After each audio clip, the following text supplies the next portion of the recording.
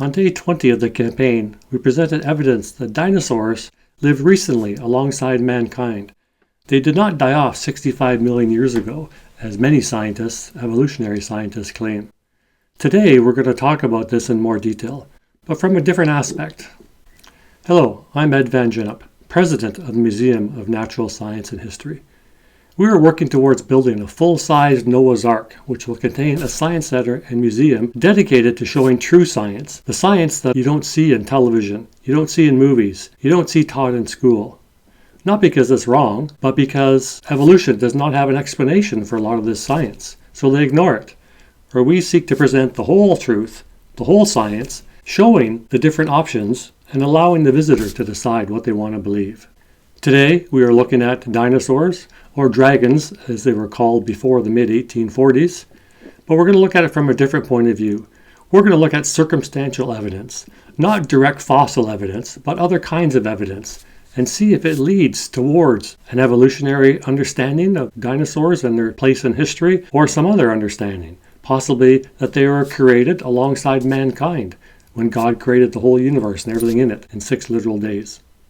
In courts of law, circumstantial evidence is still evidence. Typically, though, more is needed to be convincing to the jury or to the judge. Because it's circumstantial, it's not direct. We're just getting clues, leading us to the answer, but it's not directly the answer.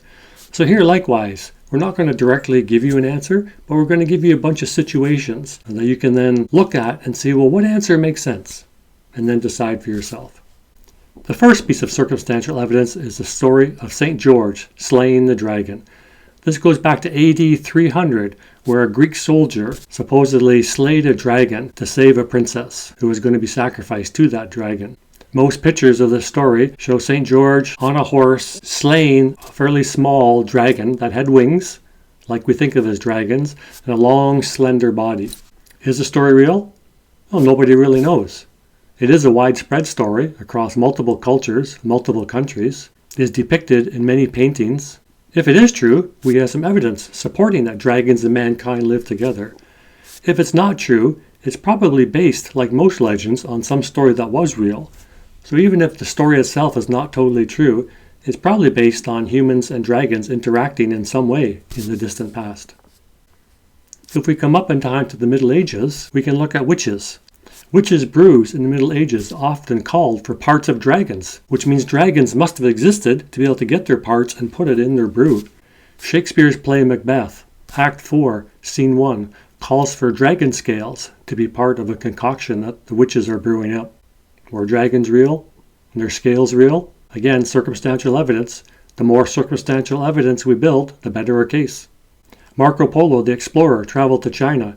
He recorded 2 distinct events in his diary. One was that the Emperor of China was training dragons to pull his chariots. Second is that dinosaurs were killing people in the province of Karazhan. Karazhan is the modern-day country of Kazakhstan. Marco Polo describes their size and that they could swallow a man whole. He traveled to China between 1271 and 1295. Some say these diaries are inaccurate, these stories are not real. Others say they are. More circumstantial evidence. Even if not totally true, it's possible the dragon parts are true but exaggerated. Another example comes from Peru in South America, something called the Ica stones. These are 10,000 stones that have been found with paintings on them depicting all kinds of scenes. Many of those scenes show dinosaurs, and they also show people riding dinosaurs, fighting dinosaurs, interacting with dinosaurs. Some say these stones are fake. Others who've analyzed them find evidence that they're real, that they weren't drawn recently. Let's go to castles around the world. We have English castles with carvings in bronze of dinosaurs. In the city of Copenhagen, in the country of Denmark, there are dragons, statues of dragons, lining the street.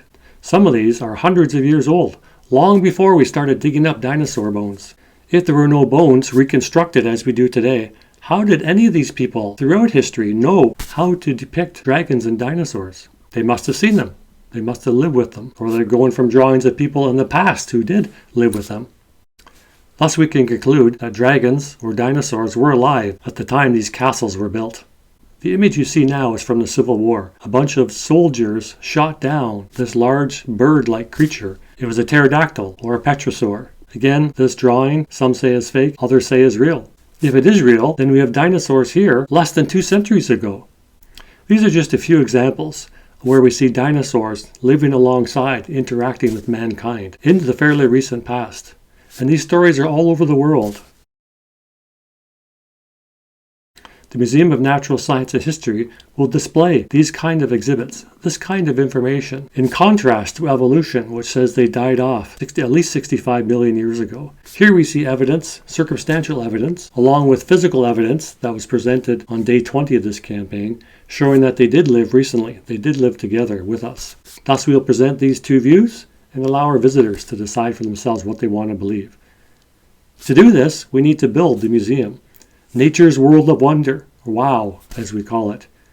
We need funding, a lot of funding, to make a modern, high-tech, interactive, science center type facility. Will you help us? Will you donate today to help us make this museum a reality in the next 5 years or so? If you do, when it opens, you'll be able to say, wow, I was part of that.